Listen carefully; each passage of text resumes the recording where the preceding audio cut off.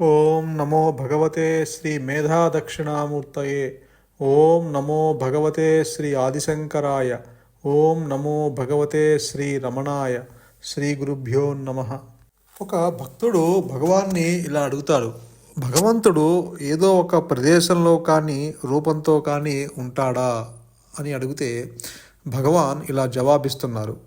వ్యక్తికి రూపం ఉంటే అప్పుడు ఆత్మకి దానికి మూలమైన ఈశ్వరునికి రూపం ఉంటుంది. కానీ వ్యక్తి రూపం లేకపోతే మిగిలిన వాటి గురించి ఎరుక ఉండదు కనుక భగవంతునికి రూపం ఉందని అనలేము కదా. దీర్ఘమైన ధ్యానంలో భక్తుడు ఏ రూపంలో ఊహించుకుంటే భగవంతుడు ఆ రూపంలో కనపడతాడు. ఎన్ని నామాలు కలిగిన ఈశ్వరుడు నిరాకారుడైన చైతన్యం మాత్రమే. ఇక ఆయన నివాసమంటావా? హృదయంలో తప్ప ఇంకెక్కడా ఉండడు. నేను ఈ దేహాన్ని అనే భ్రమ అహంకారం వల్ల కలుగుతుంది. అప్పుడే భగవంతుని నివాసం ఇంకెక్కడో ఉన్నదన్న భావం కూడా కలుగుతుంది. భగవంతుని నిలయం హృదయమే. ఈ మాటని నమ్ము, దానిని గ్రహించటమే జ్ఞానం.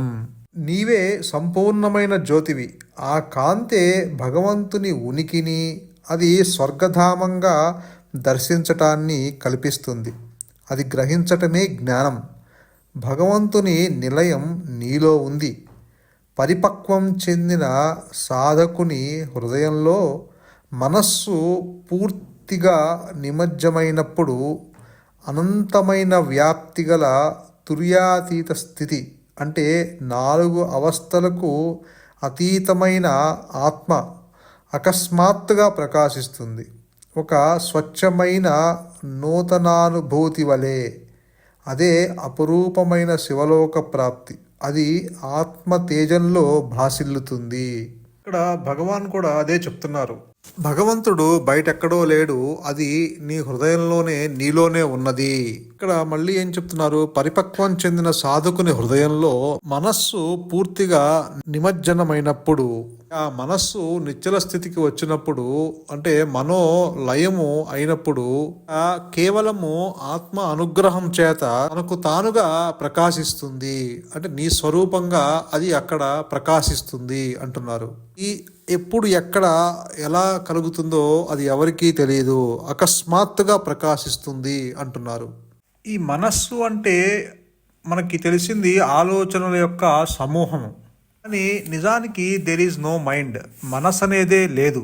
నీవు ఈ మనస్సు అంటే ఏమిటో విచారించకుండా ఎవరా మనస్సు అని ఆలోచించినంత వరకే అది ఉంటుంది. అంటే ఈ అవిచారణ వల్ల ఈ దుఃఖం ఏర్పడుతుంది. భగవాన్ చెప్పేది స్ట్రైట్ వే, అదే రుజుమార్గము. మనస్సుని నిగ్రహించాలి అంటే మనస్సులో ఉండే ఆలోచనల్ని నిగ్రహించడం కాదు. అసలు మనస్సు అంటే ఏంటి? మనస్సులో ఆలోచనలు ఉన్నాయి అనుకుంటున్నావు కాబట్టి నువ్వు నిరోధించాలి అని అనుకుంటున్నావు. కాబట్టి ఈ మనస్సు అంటే ఏమిటి, ఆలోచనలు కలిగినటువంటి ఈ మనస్సు అంటే ఏంటి అని నువ్వు విచారణ చేస్తే అసలు మనస్సే లేకుండా పోతుంది. ఇదే సరి అయిన దారి, ఇదే రుజుమార్గము అంటున్నారు భగవాన్. ఇదంతా దేనికోసము? నీ స్వరూపము జ్ఞానమై ఉండి, ఇదిగో ఈ మనస్సులో ఉన్న ఆలోచనలు నీకు అడ్డుగా ఉన్నాయని నువ్వు భ్రమపడటం చేత నిన్ను విచారణ చేయమంటున్నారు. అసలు మనస్సు అంటే ఏమిటి అని. అంటే దీన్ని బట్టి మనకు ఏమర్థం అవుతుంది అంటే నీ స్వరూపము ఆత్మ అని తెలుసుకుంటానికి, లేదంటే ఆత్మని గ్రహించటానికి నువ్వు ఏ కర్మను చెయ్యాల్సిన అవసరం లేదు అని చెప్తున్నారు. నువ్వు మనస్సును కూడా నిరోధించాల్సిన అవసరం లేదు. అంటే మానసిక కర్మ కూడా అవసరం లేదు. కేవలము విచారణ మాత్రమే చేయమంటున్నారు భగవాన్ రమణులు. ఈ యొక్క వృత్తులు, అంటే ఈ యొక్క సంకల్పాలు, ఈ యొక్క ఆలోచనలు అవి ప్రతిబంధకాలు. అంటే ఆత్మని నువ్వు పొందలేకపోతున్నావు అని అనుకుంటున్నావు కదా, ఇవి నీకు ప్రతిబంధకాలుగా ఉన్నాయని నువ్వు భావన చేస్తున్నావు.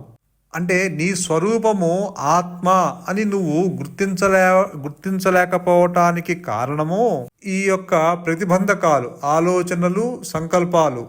ఇక్కడ చిత్తవృత్తి నిరోధం జరగాలి. అంటే అంటే ఈ ఆలోచనలు, ఈ సంకల్పాలు ప్రతిబంధకాలు అని నిర్ణయానికి రావటం చేత వాటిని నిరోధించాలి అని అనుకుంటున్నావు. నిజానికి ఇవి ప్రతిబంధకాలేనా? ఇవి నిజంగా నీకు ఆత్మని పొందటానికి అడ్డంకుగా ఉన్నాయా? నిజానికి మనస్సు గనక ఉంటే వాటిని నిరోధించటం కానీ లేదా నిరోధించటం జరుగుతుంది. అసలు మనస్సే లేనప్పుడు నువ్వు దేన్ని నిరోధిస్తావు? ఇప్పుడు సమస్యే లేనప్పుడు పరిష్కారం ఏంటి? సమస్య ఉంటేనే దానికి పరిష్కారం. సమస్యే లేకపోతే ఇక పరిష్కారం ఎక్కడి నుంచి వస్తుంది? అసలు మనస్సు అనేది ఉందా లేదా? మనం అందరం అనుకుంటాము మనస్సు అనేది ఉంది. ఎందుకంటే మనము ఆలోచిస్తున్నాము, తింటున్నాము, చూస్తున్నాము, అన్నీ గ్రహిస్తున్నాము, అన్నీ ఆలోచనల ద్వారా తెలుసుకుంటున్నాము. చివరికి దుఃఖాన్ని కూడా మనము పడుతున్నాము. ఎందుకంటే ఒక్కొక్క రోజు మనమే చెప్తాము, ఈరోజు నాకు చాలా ఆనందంగా ఉంది, ఈరోజు చాలా సంతోషంగా ఉంది, లేదంటే ఈరోజు చాలా చికాకుగా ఉంది, ఎందుకో ఆందోళనగా ఉంది అని మనము ఈ మనస్సు చేత చెప్తున్నాము. అంటే మనస్సు ఉందనే అనుకుంటున్నాము.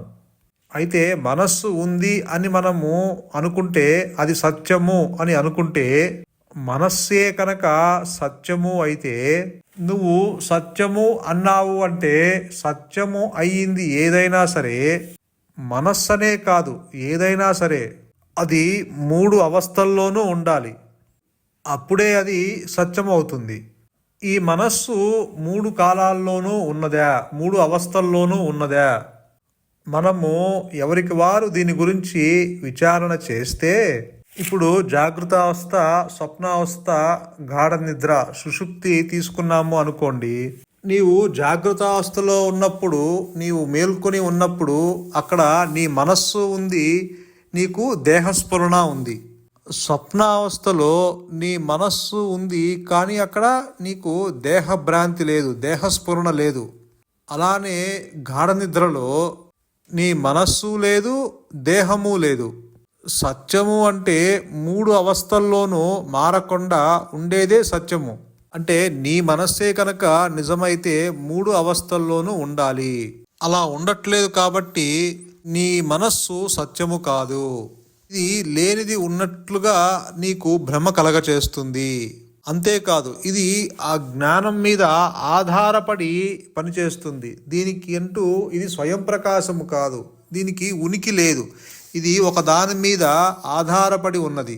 ఒక దాని మీద ఆధారపడే ఏ వస్తువైనా సరే అది మిథ్యే. చివరికి అది మనస్సు అయినా సరే దానికి పుట్టుక ఉంటుంది, మరణము ఉంటుంది. అది ఎప్పుడైనా నశిస్తుంది. అంటే నీ మనస్సులో కలిగే ప్రతి ఆలోచన కూడా అప్పటికప్పుడు పుట్టి మళ్ళీ వెంటనే నశిస్తుంది. కాబట్టి ప్రతి క్షణము పుట్టి నశించే ఆలోచనల వెంబటి పరిగెడతావా, లేదా సత్యం వైపుకి నీ ప్రయాణం చేస్తావా? అంటే ప్రతి క్షణము పుట్టి నశించే అసత్యాన్ని తెలుసుకుంటామా, ఆ మిథ్యని, ఆ భ్రాంతిని తెలుసుకుంటామా, లేకపోతే శాశ్వతమైన ఆ సత్యాన్ని తెలుసుకుంటామా? సత్యము అంటే ఇక్కడ జ్ఞానము, మిథ్యని తెలుసుకుంటామంటే అది యోగము. మనస్సు అనేది నిజంగా లేదు, లేనిది ఉన్నట్లుగా భ్రమ కలుగుతుంది, అదే మిథ్య. కాబట్టి మనస్సుని నిగ్రహించాలి, మనస్సుని తొలగించాలి అంటే అది పోదు. ఎందుకంటే లేనిది పోయే అవకాశము లేదు కదా. నువ్వు ఎంత ప్రయత్నమన్నా చెయ్యి, లేనిది ఎట్లా పోతుంది? ఇప్పుడు త్రాడులో సర్పము ఉంది అని నువ్వు నిర్ణయం చేసిన తర్వాత ఆ మిథ్య అయిన సర్పాన్ని నువ్వు పోగొట్టలేవు. ఎంత చేసినా నువ్వు అక్కడి నుంచి తొలగించలేవు. త్రాడులో నీకు సర్పం తెలుస్తూ ఉంది, ఆ సర్పాన్ని నీవు తొలగించలేవు.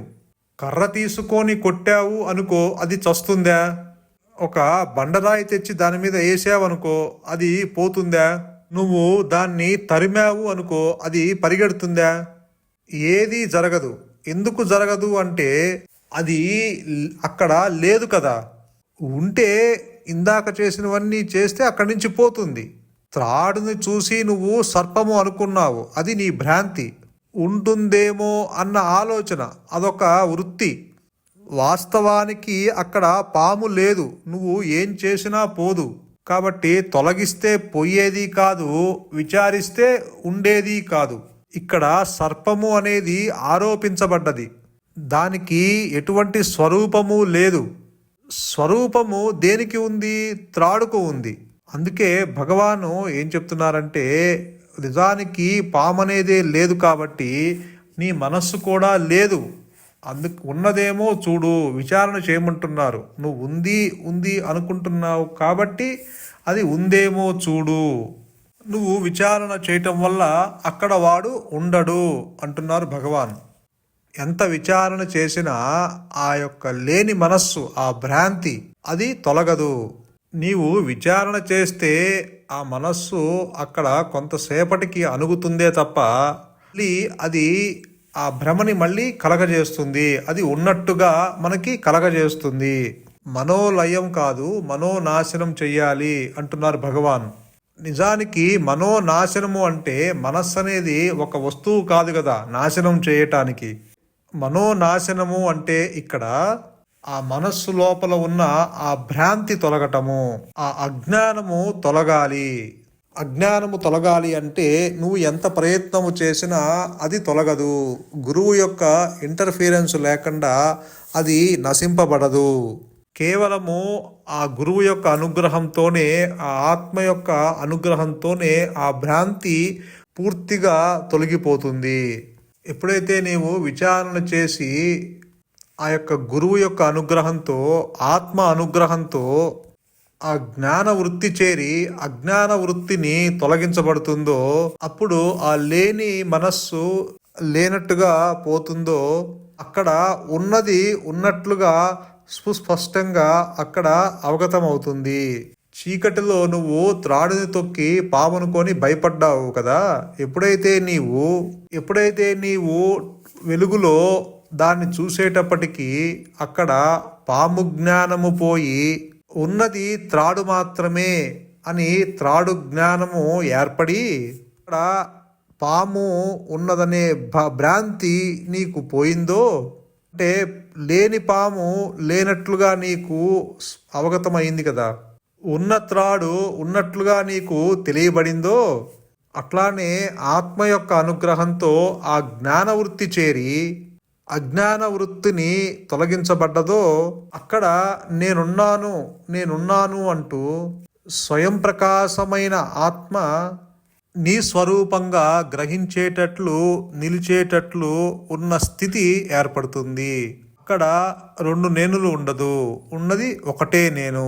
అదే అహంస్ఫురణ, అదే శుద్ధ సత్వ మనస్సు. సంతోషం. మౌనమే శరణ్యం, మౌనమే నీ సహజత్వం. ధన్యోస్మి.